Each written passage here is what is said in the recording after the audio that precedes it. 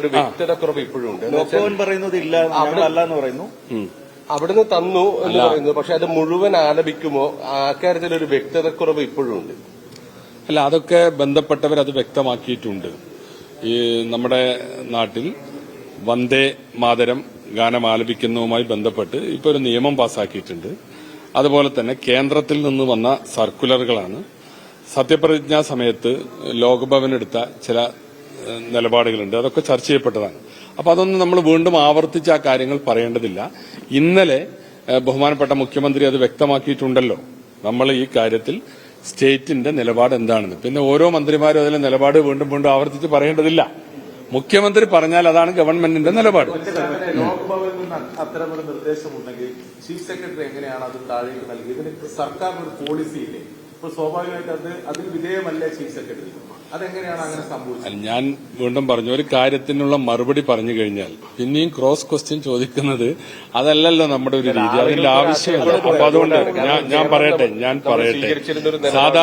സാധാരണഗതിയിൽ ഒരു കേന്ദ്ര സംസ്ഥാന ബന്ധങ്ങളുടെ ഭാഗമായി വരുന്ന സർക്കുലറുകൾ അങ്ങനെ ഫോർവേഡ് ചെയ്യപ്പെടാം. അതിൽ ഒരു പോരായ്മയുണ്ട്, അതിൽ ചില രാഷ്ട്രീയമുണ്ട് എന്ന് മനസ്സിലാക്കുമ്പോഴാണ് അത് കറക്റ്റ് ചെയ്യാം. അപ്പോ അതിവിടെ മുഖ്യമന്ത്രി കറക്റ്റ് ചെയ്തു, കൃത്യമായിട്ട് കാര്യങ്ങൾ പറഞ്ഞു. പിന്നെ ഇനി നമ്മൾ അതിനെ പോസ്റ്റ്മോർട്ടം ചെയ്യേണ്ടതില്ല. സ്കൂളിലോ?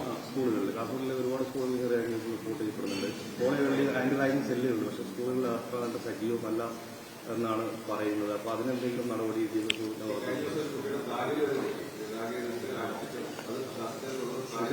അത് പിന്നീട് ഡിപ്പാർട്ട്മെന്റൽ എൻക്വയറി, അതായത് സ്കൂളിന്റെ എൻക്വയറി നടത്തി റിപ്പോർട്ട് കൊടുത്താൽ മാത്രം പോലീസിന് അതിൽ ആക്ഷൻ എടുക്കാൻ പറ്റില്ല. അങ്ങനെയുള്ള അന്വേഷണം ഉണ്ടാവുന്നില്ല, റിപ്പോർട്ട് കൊടുക്കപ്പെടുന്നില്ല. സ്വാഭാവികമായി തുടർന്നുകൊണ്ട് പോകുന്ന ഒരു പ്രക്രിയയായിട്ട് മാറുകയാണ്. പ്രത്യേകിച്ച് +1 കുട്ടികൾക്കാണ് അനുഭവം ഉണ്ടാകുന്നത്. ഈ സ്കൂളിലെ റാഗിംഗ് പ്രശ്നം എന്നുള്ളത് ചില ഒറ്റപ്പെട്ട സംഭവങ്ങളുണ്ട്, ഇല്ല എന്ന് ഞാൻ പറയുന്നില്ല. പിന്നെ പൊതുവെ നമ്മൾ റാഗിങ്ങുമായി ബന്ധപ്പെട്ട വിഷയങ്ങളൊക്കെ രൂക്ഷമായിട്ട് വരുന്നത് കലാലയങ്ങളിലാണ്. അതുമായി ബന്ധപ്പെട്ട് ഇപ്പോൾ തന്നെ ഒരു നിയമമുണ്ട്, റാഗിംഗ് വിരുദ്ധ നിയമമുണ്ട്. അത് കുറച്ചുകൂടി ശക്തിപ്പെടുത്തണം എന്ന ഒരു നിർദ്ദേശം ആ പൂക്കോട് വെറ്റിനറി കോളേജിലുണ്ടായ കുട്ടിയുടെ അനുഭവത്തിന്റെ പശ്ചാത്തലത്തിൽ അങ്ങനൊരു ചർച്ചയുണ്ട്.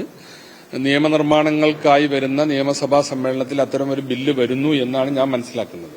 അത് ഞാൻ പറഞ്ഞല്ലോ, ഉന്നത വിദ്യാഭ്യാസ വകുപ്പുമായി ബന്ധപ്പെട്ടാണ് ഇപ്പോൾ അതിന്റെ ചർച്ചകൾ നടക്കുന്നത്. ഈ പറഞ്ഞ പോലെ സ്കൂളുകളിൽ അത് കൂടി വരുന്നുണ്ടെങ്കിൽ ഞങ്ങളൊന്ന് ആലോചിക്കാം. സ്കൂളിനെ കൂടി അതിന്റെ പരിധിയിൽ കൊണ്ടുവരേണ്ടതുണ്ടോ എന്നുള്ളത് ആലോചിക്കേണ്ട കാര്യമാണ്. കാരണം ഇപ്പൊ ഈ പറഞ്ഞ പോലെ സ്കൂളിലൊക്കെ ഉള്ളത് അധികം ഈ സീനിയർ ജൂനിയർ തർക്കങ്ങളും ഒക്കെയാണ്. പിന്നെ നമ്മുടെ കുട്ടികളാണ്, പരമാവധി അതൊക്കെ സൌഹൃദപൂർണമായി പരിഹരിക്കാനുള്ള ഒരു രൂപമാണ് ഉണ്ടാവേണ്ടത്. എന്നിരുന്നാലും ഈ പറഞ്ഞതുപോലെ മാരകമായ പരിക്കുകൾ ഏൽക്കുക എന്നുള്ളതൊന്നും നമുക്ക് അംഗീകരിക്കാൻ കഴിയില്ല. അതിനൊരു കൃത്യമായ മെസ്സേജ് കുട്ടികൾക്ക് കൊടുക്കണം. അപ്പോ റാഗിങ്ങിന്റെ കാര്യത്തിൽ ഇപ്പം നിലവിലുള്ള നിയമം ശാക്തീകരിക്കാനുള്ള നടപടി ഗവൺമെന്റ് സ്വീകരിക്കുന്നുണ്ട്. അതിന്റെ ഭാഗമായി ഈ വിഷയങ്ങളൊക്കെ അതിന്റെ പരിധിയിൽ കൊണ്ടുവരാൻ ശ്രമിക്കാം. ഇന്ന് ഉദ്ഘാടനത്തിന് നേരത്തെ തീരുമാനിച്ച ഷെഡ്യൂളില് ഈ ന്യൂനപക്ഷ വികസന ധനകാര്യ കോർപ്പറേഷന്റെ ഒരു മേഖലാ ഓഫീസിലെ ഒരു ഉദ്ഘാടനം ഉണ്ടായിരുന്നു. അത് പെട്ടെന്ന് ആ ഉദ്ഘാടനം മാറ്റിയിട്ടുണ്ട്. അപ്പൊ ഈ പ്രാദേശികമായി സമ്മർദ്ദം ചെലുത്തുന്നത് നഗരത്തിലേക്ക് മാറ്റുന്നതിന് അത് അത്തരം പ്രശ്നം കൊണ്ടാണ് അത് മാറ്റിയതെന്ന് പറഞ്ഞു. എന്താണ് ശരിക്കും പ്രശ്നം? അതിൽ അങ്ങനത്തെ വിഷയങ്ങളൊന്നുമില്ല. അപ്പൊ നിലവിലൊരിടത്ത് അത് പ്രവർത്തിക്കുന്നുണ്ടല്ലോ.